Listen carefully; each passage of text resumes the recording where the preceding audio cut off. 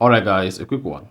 Here, I'll detail how to upload and watch high quality videos on Facebook. So if you want to upload your video in HD and watch all Facebook videos in HD, then here are the steps you need to take. So if at the end of this you found this often informative, please don't forget to like and then subscribe. Now to upload and watch high quality videos on Facebook, all you need to do is go ahead and open a Facebook application. Click on the menu icon at the bottom right on iPhone, at the top right on Android. Then once you click on that, scroll down, locate and click on settings and privacy. So just click on that, then select settings. Then again, scroll down the settings page until you get to preferences and click on media. Once you selected media, then you should see video quality.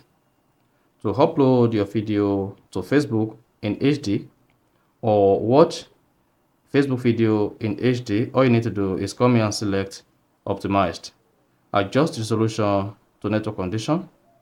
So if you selected data saver, this is going to reduce the resolution for all videos, whether you upload the videos or you are watching the video. So just go ahead and select optimized. Once you selected optimized, then you're good to go. So that is basically how to upload and watch high quality videos on Facebook. So if you found this offer informative, please don't forget to like and then subscribe.